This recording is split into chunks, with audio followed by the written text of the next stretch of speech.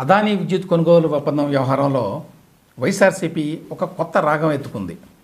అదేంటంటే ఈ విషయంలో జగన్మోహన్ రెడ్డి మీద ఆరోపణ చేయడం అంటే అదానీ మీద చేయడమే, అదానీ మీద చేయడం అంటే నరేంద్ర మోదీ మీద చేయడమే.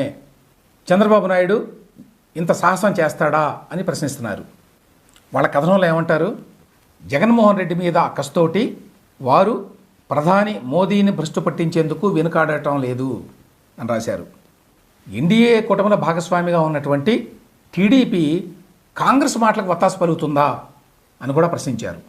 ఆ విధంగా కాంగ్రెస్ చేస్తున్న ఆరోపణలకి తెలుగుదేశం పార్టీ కూడా మద్దతు ఇవ్వడం అంటే మోడీని అటాక్ చేయటమే, మోడీ మీద దాడి చేయటమే అనేటువంటి కంక్లూజన్ కూడా సాక్షి, వైఎస్ఆర్సీపీ వచ్చినాయి. అదానీపై వచ్చిన ఆరోపణల్లో నిజం ఉందని నమ్మితే చంద్రబాబు కూడా మోదీని నేరుగా తప్పుపట్టాలి కదా అని ప్రశ్నిస్తున్నారు వైఎస్ఆర్సీపీ వారు. ఎన్డీఏ నుంచి బయటకు వస్తున్నట్టు చెప్పాలి కదా, అంటే ఎన్డీఏ నుంచి బయటకు రావాలని కోరుకుంటున్నారు వీళ్ళు. 2014-19 మధ్యకాలంలో కూడా ఇదే పని చేశారు. అప్పుడు ఆ ట్రాప్లో పడి చంద్రబాబు నాయుడు నిజంగానే బయటకు వచ్చాడు. ఆ తర్వాత ఏం జరిగిందో అందరికీ తెలుసు. ఇప్పుడు కూడా దింపుడు కళ్ళం ఆశలాగా ఈసారి కూడా అట్లా ఏమన్నా బయటకు వచ్చేలాగా చేయగలమా అనేటువంటి ప్రయత్నం చేస్తున్నట్టుగా ఉంది వైఎస్ఆర్సీపీ. సడన్గా మోదీ మీద వీళ్ళకి ఎంత ప్రేమ వచ్చిందంటే జగన్పై విమర్శలు చేస్తే అవి మోదీకి అదానీకి తగులుతాయన్న సంగతి చంద్రబాబు నాయుడుకు తెలియదా అని రాశారు. నిజానికి ఇప్పుడు జగన్మోహన్ రెడ్డి ఇంత ధీమాగా ఉండటానికి కారణం ఏంటంటే ఈ అదానీ కొనుగోలు ఒప్పందం వ్యవహారంలో ఇది ఎలాగూ అదానీ ఉన్నాడు ఇందులో కాబట్టి దీని మీద కేంద్ర ప్రభుత్వం మోదీ పెద్దది చేయడానికి ఇష్టపడరు, అందువల్ల నా దాకా ఈ కేసు రాదు అనేటువంటి ధైర్యంతోనే ఆయన మాట్లాడుతున్నాడు. అందులో ఏం డౌట్ లేదు. అందుకనే ఇటువంటి ప్రశ్నలు లేవనెత్తుతున్నాడు.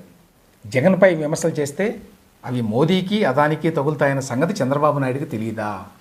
తెలుసు కాబట్టి మాట్లాడకూడదన్నమాట చంద్రబాబు నాయుడు కానీ టీడీపీ కానీ. నిజంగానే వాళ్ళు ఎక్కువ మాట్లాడటం లేదు, అది వేరే విషయం. ఇందులో అన్నిటికంటే చెప్పుకోదగ్గ విశేషం ఏంటంటే చంద్రబాబు నాయుడు చివరికి అమెరికాని కూడా ప్రభావితం చేస్తున్నాడు, ప్రభావితం చేసి జగన్మోహన్ రెడ్డి పేరుని పెట్టించాడు అని ఆరోపించడం. ఏమంటారో చూడండి ఈ కథనంలో.